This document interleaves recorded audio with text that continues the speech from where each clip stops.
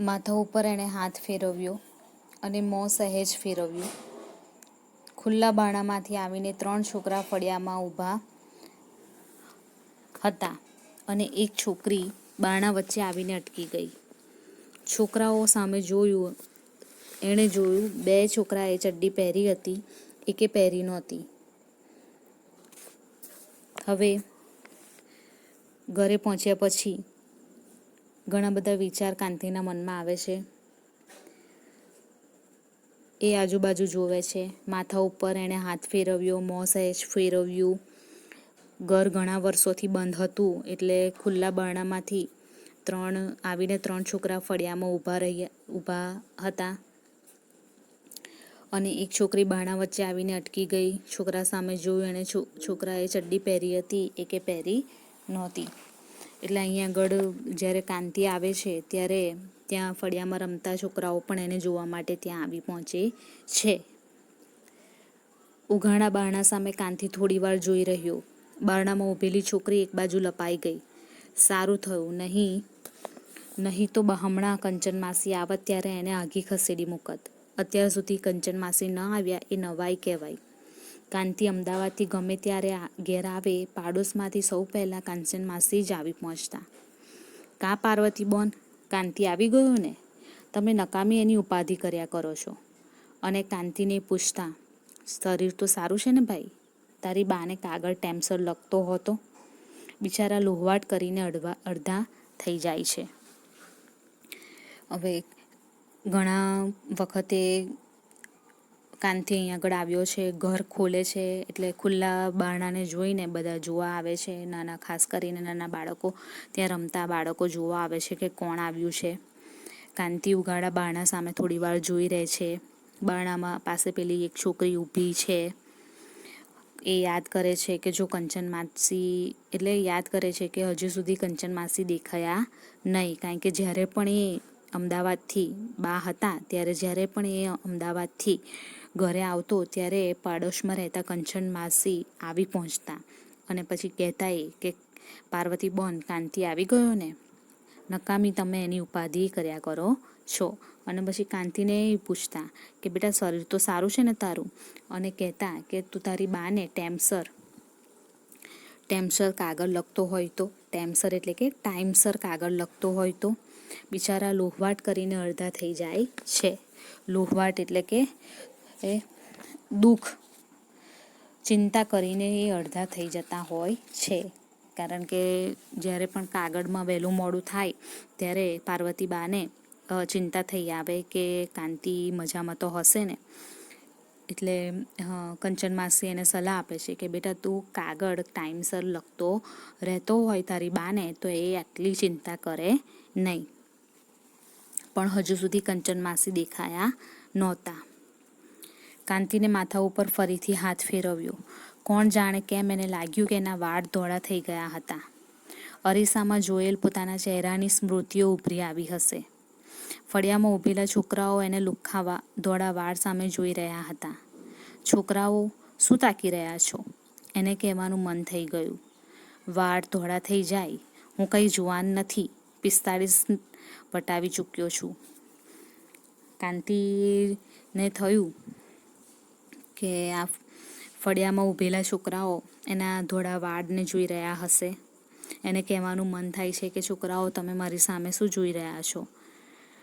અને જણાવવાનું મન થાય છે કે મારા વાળ ધોળા થઈ ગયા છે. હું કંઈ જુવાન નથી, હું 45ની ઉંમર વટાવી ચૂક્યો છું. ચડ્ડી પહેરીને ઊભા હતા એ બંને છોકરા ખોડા દરજીના હોય એમ એમને લાગ્યું. અણસાર ઉપરથી અને ખાસ તો કપડાના ટુકડાઓમાંથી સીવેલી ટૂંકી ચડ્ડીઓ ઉપરથી એમ લાગતું હતું. બંનેની ઉંમરમાં ખાસ ફેર લાગતો નહોતો.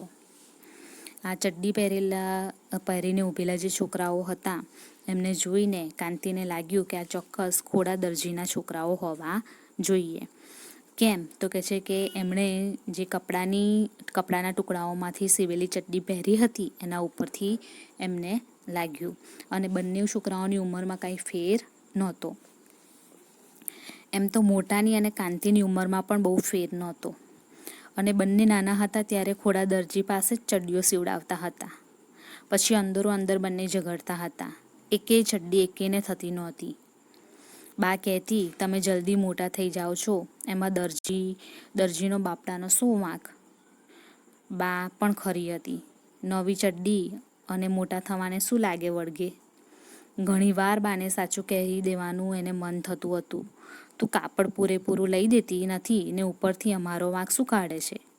પણ બાને એથી કદાચ માઠું લાગશે. બા વિધવા હતી, સ્થિતિ નબળી હતી. બાને માઠું લગાડવાની હિંમત એ વખતે ચાલતી નહોતી. બાકી પછી તો અહીંયા ફરી એ ખોડા દરજીના છોકરાઓને જોઈને કાંતિને ફરી એક પ્રસંગ યાદ આવે છે.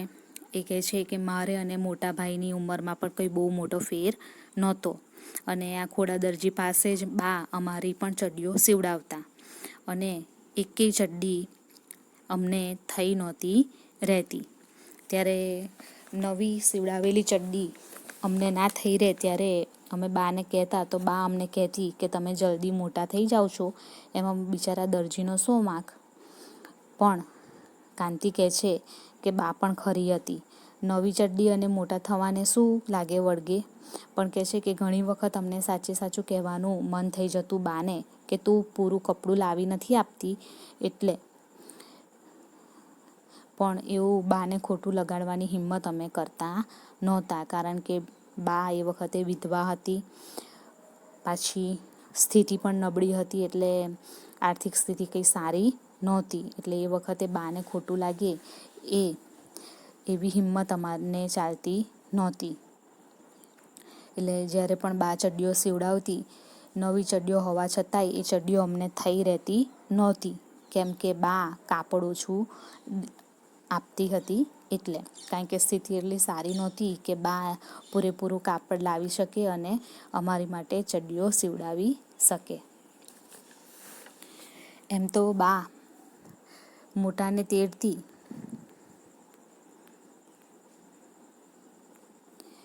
અને તેને ચાલવાનું કહેતી ત્યારે એને કાંઈનું કાંઈ થઈ જતું. બંને ભાઈઓ લગભગ સરખા હતા. બા ક્યારેક એને તેડતી તો ક્યારેક મોટાને તેડતી, પણ મોટાને તેડતી એ એને ગમતું નહોતું.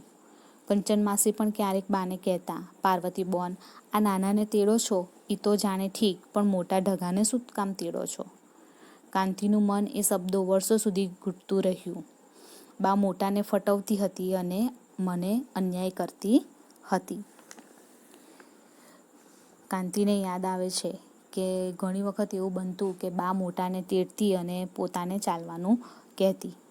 બંને ભાઈઓ લગભગ સરખા હતા એટલે ઘણી વખત બા કોઈક વખત મોટાને તેડતી તો કોઈ વખત મને તેડતી, કાંતિને તેડતી. પણ જ્યારે પણ એ મોટા ભાઈને તેડતી ત્યારે કાંતિને ખોટું લાગતું. કંચન માસી પણ કહેતા કે આ નાનાને તેડે છે બરોબર, પણ આ મોટા ઢગાને શું કરવા તેડે છે? અને કાંતિને એ શબ્દો મનમાં બરોબર યાદ છે અને કાંતિને એવું લાગતું હતું કે બા મોટાને ફટવે છે અને નાનાને અન્યાય કરે છે. પણ એની બાને ત્યાર પછી નવો જ રસ્તો કાઢ્યો હતો. એ બે છોકરાઓને બે કાંખમાં તેડતી, થાકી જતી, હાંફી જતી, પણ એકેયને ઓછું આવવા દેતી નહીં. કાંતિ કહે છે કે આ પછી તો બાએ નવો જ રસ્તો શોધી કાઢ્યો હતો. કોઈને ખોટું ન લાગે એ માટે બા બંને કેડમાં કાંખમાં તેડતી. એ થાકી જતી બંનેને તેડીને, હાંફી પણ જતી, પણ એકેયને ખોટું લાગવા દેતી નહીં. છતાં કાંતિને તો ઓછું આવતું જ. એની બા મોટાને ખોટા લાડ કરાવતી હતી. કાંતિને ખોટું લાગતું જ, કારણ કે એને લાગતું હતું કે બા તો મોટાને ખોટા લાડ કરાવે છે. ચડ્ડી પહેરેલા બે છોકરા આઘાપાછા થઈને ઘર બહાર જતા રહ્યા. ત્રીજો ચડ્ડી વગરનો છોકરો હજી કાંતિ સામે જોઈને ઊભો હતો. ચડ્ડી પહેરેલો છોકરો. બે છોકરા આઘાપાછા થઈને ઘર બહાર જતા રહ્યા. ત્રીજો ચડ્ડી વગરનો છોકરો હજુ કાંતિની સામે તાકી રહ્યો હતો. અલ્યા ભાઈ, શું જોયા કરે છે? વાળ ધોળા થઈ ગયા છે એ જુએ છે? આમ જો, આ વાળ ધોળા થઈ ગયા છે એટલે જ તું અહીં ફળિયામાં ઊભો રહી શકે છે, નહીં તો મારો એક હાકોટો પડે ત્યાં શેરીના છોકરા એમના ઘરમાં ભરાઈ જતા. હા, તારા કંઈ મોટા ભાઈ બહેનોને બહેન હોય તો પૂછી જોજે. ભગતની દુકાનેથી હું પાન ખાઈને આવતો હોઉં ને છોકરાઓ શેરીમાં બાજતા હોય કે રમતા હોય તો મને જોતા વેત રફું થઈ જતા. પણ એ દિવસો જુદા હતા. અત્યારે હવે ધોળા થઈ ગયા. કાંતિ કહે છે, પેલા છોકરાઓ એની સામે તાકી રહ્યા છે એટલે કહે છે કે અરે ભાઈ શું જુઓ છો? વાળ ધોળા થઈ ગયા છો એ જુઓ છો? એટલે જ કહે છે કે વાળ ધોળા થઈ ગયા છો એટલે જ તમે અહીં આગળ ઊભા છો, નહીં તો હું હમણાં એક હાકોટો એટલે કે બૂમ પાડું તો બધા શેરીના છોકરા એમના ઘરમાં જઈને ભરાઈ જાય. એ યાદ કરે છે કે ભગતની દુકાનેથી પાન ખાઈને આવતો હોઉં અને શેરીના છોકરાઓ બાજતા હોય કે રમતા હોય. બાજતા હોય એટલે કે એકબીજા સાથે ઝઘડો કરતા હોય, રમતા હોય અને હું કાનથી એક બૂમ પાડે કે બધા ત્યાંથી ભાગી જાય. પણ એ દિવસો જુદા હતા. અત્યારે હવે ધોળા થઈ ગયા. અહીંયા ધોળા થઈ ગયા એટલે ઉંમર વધી ગઈ છે એ અર્થમાં. વાળ ધોળા થઈ ગયા છે એ ઉંમર વધી ગઈ છે એ અર્થમાં વપરાયેલું છે, રૂઢિપ્રયોગ છે. રમા કહેતી, હવે 40 થવા આવ્યા, 42 થવા આવ્યા, 45 થવા આવ્યા. કાંતિના વર્ષોનો હિસાબે બરાબર રાખતી હતી.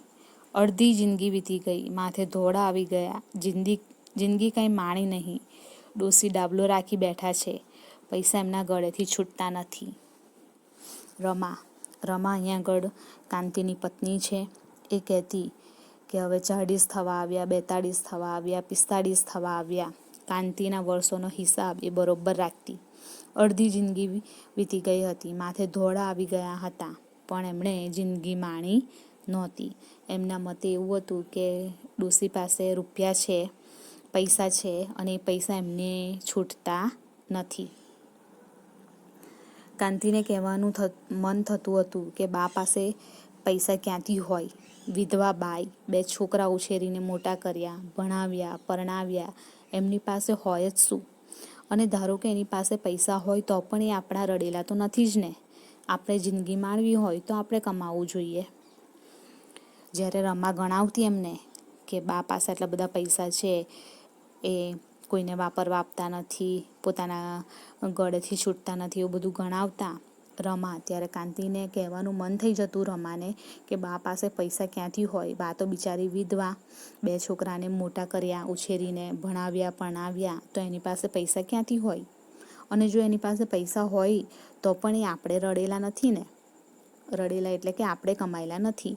જો આપણે જિંદગી માણવી હોય તો પૈસા આપણે જાતે કમાવવું પડે. પણ રમા સાથે દલીલ થઈ શકે તેમ નહોતું. રમા પાસે બહુ અટપટો હિસાબ હતો.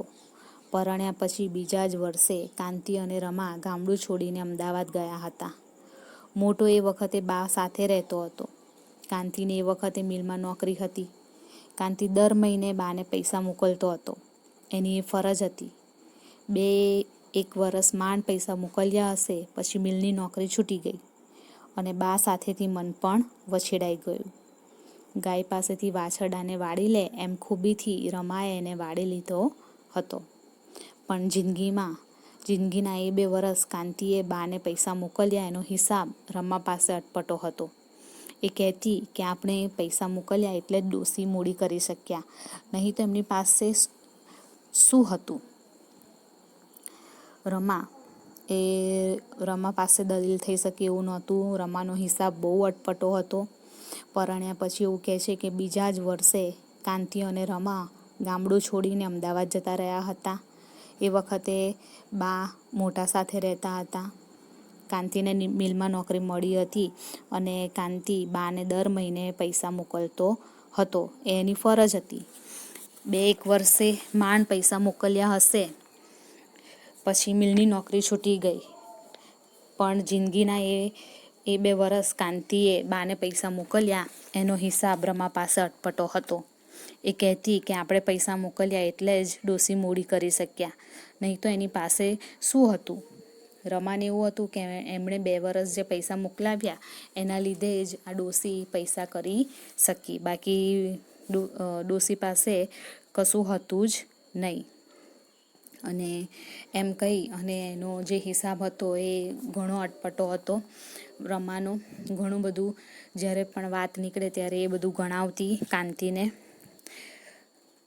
કાંતિને પૂછવાનું મન થઈ જતું, પણ 2 વર્ષમાં આપણે પૈસા કેટલા મોકલ્યા હશે, 2 વર્ષમાં એમણે કેટલા પૈસા મોકલ્યા હશે, એવું એને પૂછવાનું ઘણી વખત રમાને મન થઈ જતું હતું. અને એવું કહે છે કે જેમ ગાય પાસેથી વાછરડાને વાળી લે એમ ખૂબીથી રમાએ એને વાળી લીધો હતો. અને બા સાથેથી પણ કાંતિનું મન વછડાઈ ગયું હતું.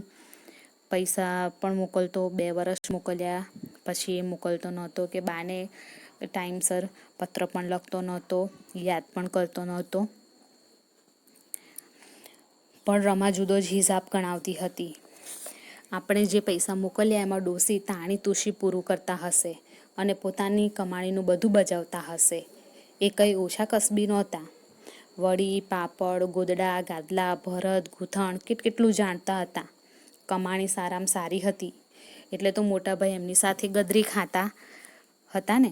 બાકી મોટાભાઈ કેદી એક પૈસોય રડ્યો છે. રમા એ પણ ગણાવતી કે આપણે જે પૈસા મોકલ્યા છે એમાં ડોસી તાણી તુશીને પૂરું કરતા હશે અને પોતે જે કમાય છે એ બધું બચાવતા હશે. કારણ કે એ ડોસી ઓછા કસબી નહોતા. કસબી એટલે કલાકાર. ઘણી બધી ખૂબીઓ હતી એમનામાં. પાપડ, વડી, ગાદલા, ગોદડા, ભરત, ગૂંથણ કેટલું એ જાણતા હતા અને એમાંથી સારામાં સારી કમાણી કરી શકે એવા હતા. એટલે રમાને લાગતું હતું કે મોટાભાઈ ગદરી ખાય છે, એટલે કે ભાવ ખાય છે. બાકી મોટાભાઈ કેદી કમાવા ગયા, એમણે ક્યારે પૈસા કમાઈને બાને આપ્યા. એટલે પોતે જે પૈસા મોકલાવે છે એનાથી એમનું ઘર ચાલતું હશે અને બા જે કમાય છે એ બચાવતા હશે, એવું રમાને લાગતું હતું. અને એક દિવસ એણે બાને કહી દીધું, મોટાને તારી સાથે રાખવો હોય તો હવે હું એક પૈસા તને નહીં મોકલું. હું કમાયા કરું ને એ વાપર્યા કરે એ નહીં બને. એ સાંભળી બાની આંખમાં ગરમી આવી ગઈ હતી. મોટો મારી ભેગો રહે છે કે હું એની ભેગું રહું છું, બોલતા જરાક વિચાર કર. મોટાની વહુને મોટાના છોકરા મારી સેવા ચાકરી કરે છે, તારે ને તારી વહુને કાંઈ કરવું નથી ને ઉપરથી મારું કામ કરે છે એને કરવા દેવું નથી. તું રડે છે ને 2 પૈસા મોકલે છે એમાં આટલો રોપ શું મારે છે? જો પૈસા મોકલતો નહીં, જા પૈસા મોકલતો નહીં. તારો પૈસો આજે મારા માટે હરામ છે. બા રડી પડી હતી અને રસોડામાં ચાલી ગઈ હતી. આપણે જોયું કે રમાનો હિસાબ બહુ અટપટો હતો. રમાએ કાંતિને જેવી રીતે ગાય પાસેથી વાછરડાને વાળી લે એ રીતે રમાએ કાંતિને પોતાની બા પાસેથી વાળી લીધો હતો.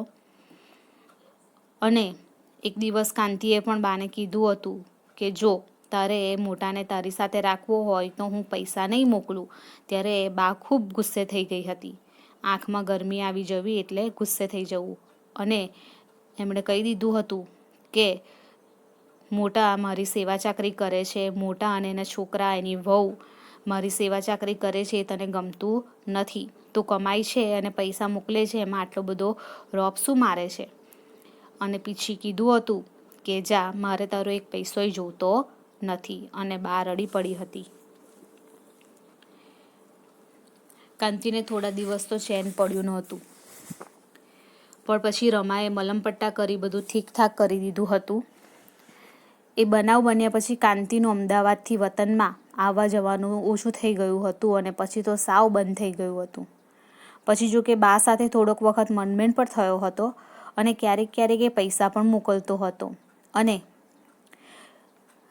1-2 વાર મોટા સાથે ઝઘડો પણ થયો હતો. પણ પછી વતનની દિશા લગભગ બંધ થઈ ગઈ હતી. છેલ્લા કેટલાક વર્ષોથી બા વતનમાં એકલી રહેતી હતી. મોટો રાજકોટમાં નોકરી કરતો હતો. બા એની સાથે રહેવા ગઈ હતી પણ શહેરમાં ફાવ્યું નહીં એટલે ગામડામાં ચાલી આવી હતી. તો અહીંયા જોયું કે કાંતિ ને બા સાથે ઝઘડો થયો. થોડા સમય સુધી કાંતિને ચેન પડ્યું નહીં અને હવે એવું કે છે કે અમદાવાદથી વતનમાં આવવા જવાનું બિલકુલ બંધ થઈ ગયું હતું. બા હવે કેટલાય વખતથી વતનમાં જ રહેતી હતી. મોટો રાજકોટમાં નોકરી કરતો હતો. બા એની સાથે રહેવા પણ ગઈ હતી, પણ બાને ફાયું નહીં એટલે પાછી ગામડામાં આવતી રહી હતી. મોટા 2-3 વાર અમદાવાદ આવીને ઝઘડી ગયો હતો. હત નમાલા, ઘરની માનુંય તને દાઝતું નથી? રમા કહેતી, મોટાભાઈને કહી દો કે બહુ દાઝતું હોય તો માને કાવડમાં લઈને જાત્રા કરાવે. અહીં શું કામ બાજવા દોડ્યા આવો છો? કેટલીક વખત મોટા ગુસ્સામાં આવી અને અમદાવાદ જઈ અને ઝઘડી પણ આવ્યા હતા કે તને ગરડીમાંનું બિલકુલ દુઃખ નથી. ત્યારે રમા કાંતિને કહેતી કે મોટાભાઈને એટલું જ બધું લાગણી હોય બા માટે તો કાવડમાં લઈને બાને જાત્રા કરાવવા કેમ નહીં લઈ જતા? કાવડમાં જાત્રા એટલે આપણને યાદ છે કે શ્રવણકુમાર જેમણે પોતાના આંધળા મા બાપને કાવડમાં બેસાડીને જાત્રા કરાવેલી હતી. પણ કાંતિને કોઈને કહી શકતો નહીં. કહેવાનું મન તો ઘણું થતું, પણ કોને કહે? બા ક્યારેક કાગળમાં લખતી કે ભાઈ તું 2 પૈસા કમાય છે તો તારે કંઈ સમજવું જોઈએ. મોટો બચરવાળો માણસ છે. બા કંચન માસી પાસે પત્ર લખાવતી. બા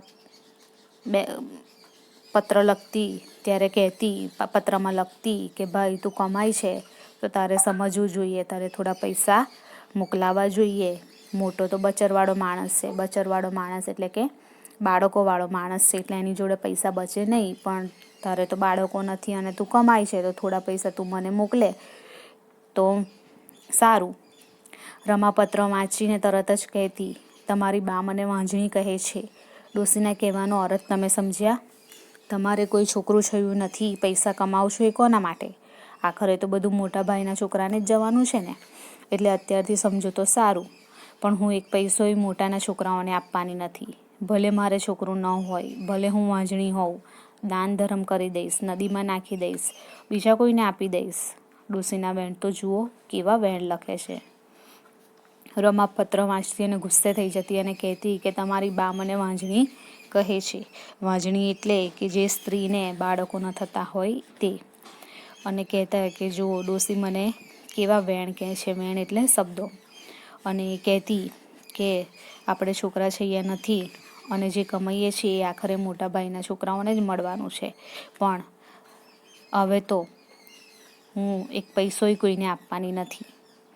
ભલે હું વાંજણી હોઉં, હું દાન ધર્મ કરી દઈશ, પૈસા નદીમાં નાખી દઈશ, પણ મોટાના છોકરાને તો નહીં જ આપું.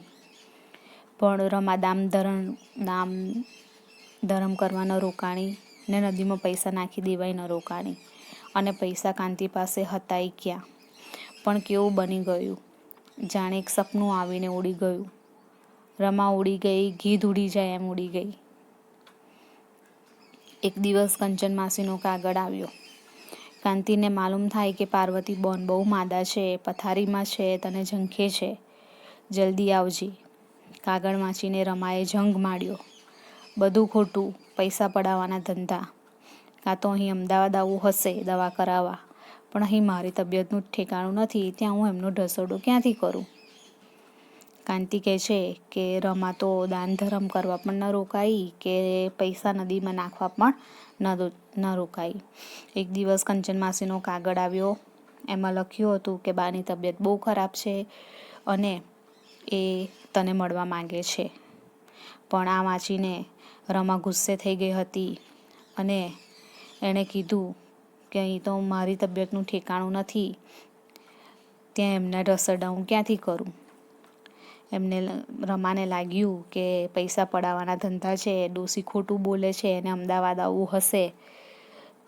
પણ કહે છે કે હું જ મારી તબિયત નથી સાચવી શકતી, ત્યાં હું એમને ક્યાં સાચું? કાંતિને બા પાસે જવું હતું, પણ રમાને સાંજે પેટમાં દુખાવા આવ્યું. રાત્રે ઉલટી થઈ. રમા માદી પડી ગઈ. કાંતિ બા પાસે જઈ ન શક્યો. તો બા અંતિમ ક્ષણો ચાલી રહી હતી અને એ જ દિવસે રમાને પણ પેટમાં દુખાવા લાગ્યું, ઉલટી થઈ, માદી પડી ગઈ, એટલે કાંતિથી બા પાસે જવાયું નહીં. કંચન માસીનો બીજો કાગળ આવ્યો. થોડા દિવસ પછી એક દિવસ કંચન માસી પોતે અમદાવાદ આવ્યા. સાથે એમના વર પણ હતા. કાંતિને એમણે કહ્યું, પાર્વતી બોન આ પોટલું તને સોંપવાનું કીધું છે એટલે આવી છું. ઘરની જે કંઈ થોડી ઘણી ઘર વખરી હતી, વાસણ કુસણ એ મોટાને આપ્યું છે અને ઘર તને સોંપવા કીધું છે. આ પોટલામાં ઘરેણું ગાંઠું પૈસા જે હોય એ અમે ઉગાડીને જોયું નથી. હવે કંચન માસીનો બીજો કાગળ આવ્યો હતો તો પણ જવાયું નથી કાંતિથી. એક દિવસ કંચન માસી અને એમના વર પોતે જ અમદાવાદ આવે છે અને એ એક પોટલું લઈને આવેલા એ પોટલું કાંતિને સોંપીને કહે છે કે આ પાર્વતી બોને આ પોટલું તને સોંપવાનું કીધું છે. ઘરની જે કંઈ થોડી ઘણી ઘર વખરી અને વાસણ કુસણ હતું એ મોટા ભાઈને આપ્યું છે. ઘર અને ઘરેણા ગાંઠા અને પૈસા એ તને આપવાના કીધા છે.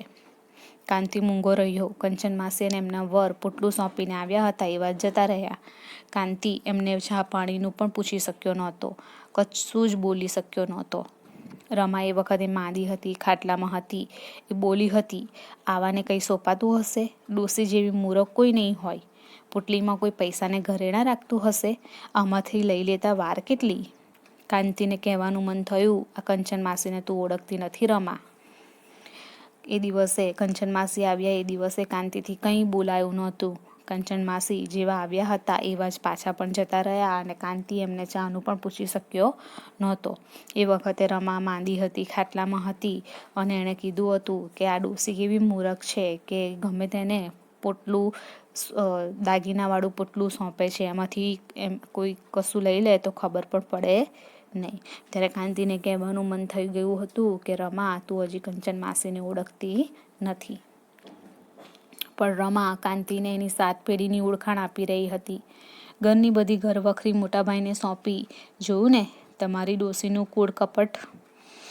ઘર વખરી અને વાસણ કુસણ એ મોટાને આપ્યા એ પણ રમાને ગમ્યું નહોતું.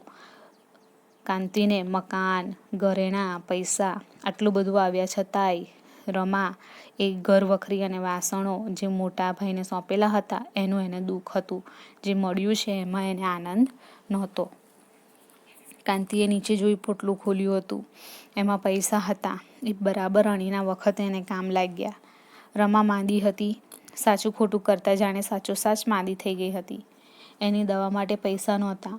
પોટલામાંથી પૈસા મળ્યા એ બરાબર ટાણે આવી ગયા હતા.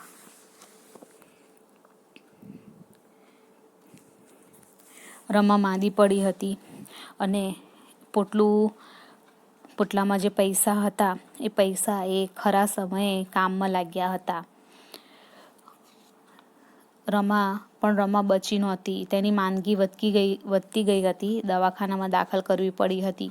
ખૂબ પૈસા કાંતિના ખર્ચ્યા છતાં એ બચી નહોતી અને કાંતિ પાસે પૈસા પણ બચ્યા નહોતા. બાએ જે આપ્યું હતું એ એણે વાપરી નાખ્યું હતું. રમા ચાલી ગઈ હતી અને જન્મ્યો હતો ત્યારે જેવો લાચાર અને નિર્બળ હતો એવો જ લાચાર અને નિર્બળ આ જગતમાં રહી ગયો હતો. આટલા બધા પૈસા ખર્ચવા છતાં એ રમા બચી નહોતી. એની માંદગી વધતી જ જતી હતી. દવાખાનામાં દાખલ કરવી પડી હતી. કાંતિએ ખૂબ જ પૈસા ખર્ચ્યા હતા. હવે કાંતિ પાસે પૈસા પણ નહોતા. બાએ આપેલું હતું એ પણ એણે બધું વાપરી નાખ્યું હતું. એટલે હવે એટલું બધું કરવા છતાં એ રમા મૃત્યુ પામી હતી. અને એ કાંતિ એવું કહે છે કે જ્યારે પોતે જન્મ્યો ત્યારે જેટલો લાચાર અને નિર્બળ હતો એવો જ લાચાર અને નિર્બળ એ આ જગતમાં રહી ગયો. અને હવે માથે ધોળા આવી ગયા હતા. ઘરડો થયો હતો. હવે એની ઉંમર વધી ગઈ હતી. ફળિયામાં ઊભેલા છોકરા સામે અને બારણા વચ્ચેથી એક તરફ લફાઈ ગયેલી છોકરી સામે એણે ફરીથી જોયું. કંચન માસી એ વખતે હળવે હળવે ફળિયામાં દાખલ થયા હતા. માદા હોય એમ લાગતું હતું. આવી ગયો ભાઈ? એ હાંફતા હાંફતા બોલ્યા. શરીર સારું છે ને? અને પછી રડવા લાગ્યા. અત્યારે એ ફળિયામાં ઊભો છે અને જુએ છે કે કંચન માસી ધીમે ધીમે ફળિયામાં દાખલ થાય છે. માદા હોય એમ લાગતું હતું. અને કંચન માસી કાંતિને જુએ છે અને પૂછે છે, ભાઈ આવી ગયો? અને પૂછે છે કે બેટા સારું તો છે ને? શરીર સારું છે ને? અને પછી રડવા લાગે છે. કાંતિ સહેજ મૂંઝાઈ ગયો. એણે માથે હાથ ફેરવ્યો.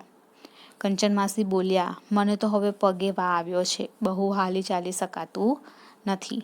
કંચન માસી રડવા લાગ્યા અને કહેવા લાગ્યા કે મને તો હવે પગે વા આવ્યો છે, એટલે હું બહુ હાલી ચાલી શકું એમ નથી. અને કાંતિને એકાએક સાંભળી આવ્યું કે પોતાના ઘરમાં વાનો મંત્રેલો પારો છે અને બાને બૂમ પાડવાનું એને મન થયું, કંચન માસીને ઓલ્યો વાનો આપને. અને એકાએક એને સાંભળી આવ્યું કે એમના ઘરમાં વાનો મંત્રેલો પારો છે અને એકાએક એને બૂમ પાડવાનું મન થયું બાને, પણ પછી એને યાદ આવ્યું કે બા તો નથી.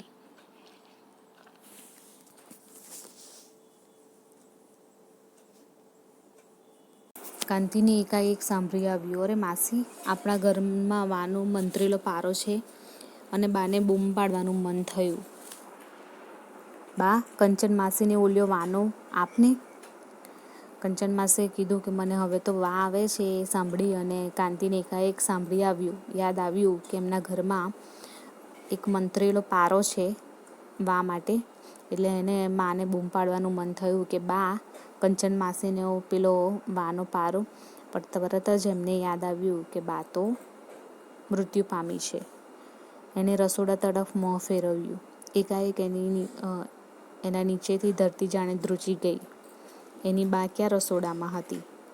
પાણી લઈને હમણાં આવશે એમ એને આછું પાછું લાગ્યું હતું, પણ હવે એ ક્યાંથી આવવાની હતી. એની બા તો મૃત્યુ પામી હતી. કંચન માસી તે દિવસે એને ત્યાં અમદાવાદ પોટલું લઈને આવ્યા એ પહેલાં જ બા મૃત્યુ પામી હતી. કંચન માસી પાસે બાએ કાગળ લખાવ્યો હતો, તાર કરાવ્યો હતો, પણ કાંતિ જઈ શક્યો નહોતો. કાંતિને હજી પણ લાગતું હતું કે હમણાં બા આવશે, પણ એવું થવાનું નહોતું. કારણ કે કંચન માસી જે દિવસે પોટલું આપવા આવ્યા હતા એ પહેલાં જ બા મૃત્યુ પામી હતી.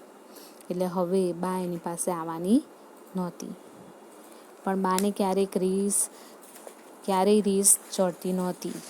કાંતિ ઉપર ક્યારેય રીસ ચડતી નહોતી. પોટલું, ઘરેણાં ગાંઠા, પૈસા જે કંઈ હતું એ, અને આ ઘરમાં કાંતિ જન્મ્યો હતો. ક્યારામાં છોડ પાંગરે એમ આ ઘરમાં એ મોટો થયો હતો. આ ઘરની દિવાલોમાં એનું હાસ્ય, એનું રુદન, એની રીસ, એનો આનંદ, એની બાનું હેત, એના છણકા. કાંતિ દિવાલો સામે જોવા લાગ્યો. વાદળા ધીમે ધીમે ક્ષિતિજમાં સમાઈ જાય એમ બધું જ ધીમે ધીમે ડૂબી ગયું હતું. બા નહોતી, કશું જ નહોતું, ઘર નહોતું, ખાલી ખોરડું હતું. દોડ કર્યા વિનાની ભીતો હતી. ઘાર કર્યા વિનાની ઓસરી હતી. ફળિયું હતું, પહોળું, મોટું, એકલું ફળિયું હતું. બા નહોતી, કોઈ નહોતું. કાંતિ એકલો હતો, કંચન માસી હતા, થોડે દૂર બેઠા હતા, રડતા હતા. દોડીને એમની આંગળી પકડી લેવાનું કાંતિને મન થયું, પણ એ ઉઠી ન શક્યો. એક ડૂસકું એને આવી ગયું. એની બા, એની જનેતા, એને જન્મ આપીને આ દુનિયામાં એકલો છોડીને જતી રહી હતી અને માથા ઉપર એના વાળ ધોળા થઈ ગયા હતા. એ રડી પડ્યો. અહીંયા હજુ કાંતિને યાદ આવતા કે બા તો મૃત્યુ પામી છે એને દુઃખ થાય છે અને એ વિચારે છે કે બાને ક્યારેય રીસ ચડતી નહોતી. કાંતિ આ ઘરમાં જ્યાં જન્મ હતો, એક છોડ પાંગરે એમ એ આ ઘરમાં મોટો થયો હતો. અહીંયા જ આ ઘરની દિવાલોમાં એનું હાસ્ય, રુદન, રીસ, આનંદ બધું જ હતું. કશું જ નહોતું. અત્યારે એ જોવે છે કે બા નહોતી તો એને આ ઘર હવે ખાલી ખાલી લાગ્યા કરે છે. આ ઘરની દિવાલો, કલર કર્યા વગરની, રંગ કર્યા વગરની દિવાલો, ઓસરી જ્યાં ગાર કર્યા વગરની ઓસરી છે. ફળિયું હતું, મોટું ફળિયું, એકલું ફળિયું, પણ બા નહોતી. કંચન માસી દૂર બેઠા છે, રડી રહ્યા છે. કાંતિ પણ દુઃખી થઈ જાય છે, એને પણ રડવું આવી જાય છે. એ બા જેને જન્મ આપીને આ દુનિયામાં એકલા છોડીને જતી રહી હતી, એ બા એને યાદ આવે છે અને એ રડી પડે છે. અને બધું યાદ આવે છે કે જ્યારે બા હયાત હતી ત્યારે એણે બાને બિલકુલ બાની અવગણના કરી હતી અને હવે બા નથી ત્યારે એને બા યાદ આવે છે. તો હવે બાના મૃત્યુ પછી બાને યાદ કરવી એ વ્યર્થ છે. એ વાત લેખક અહીંયા કહેવા માંગે છે કે જ્યારે બા હતા ત્યારે કાંતિએ એમની અવગણના કરી અને હવે બા નથી તો એમને બાની યાદ આવી રહી છે. તો બા નથી એ આ વાર્તાના કેન્દ્ર સ્થાને છે, માતા આ વાર્તાના કેન્દ્ર સ્થાને છે. પાઠનું શીર્ષક છે નથી, જેમાં બતાવે છે કે માં હયાત નથી. બાના અવસાન પછી પૂર્વજીવનના સ્મરણોમાં મગ્ન બનેલો કાંતિ પોતાની માતા તરફના દુર્લક્ષને અપરાધ ભાવે જુએ છે. એ જુએ છે કે એ બાની અવગણના કરી એના માટે એ અત્યારે બહુ દુઃખી છે. એ અપરાધ ભાવ અનુભવે છે. એ બાબત અહીંયા લેખક સમજાવવા માંગે છે.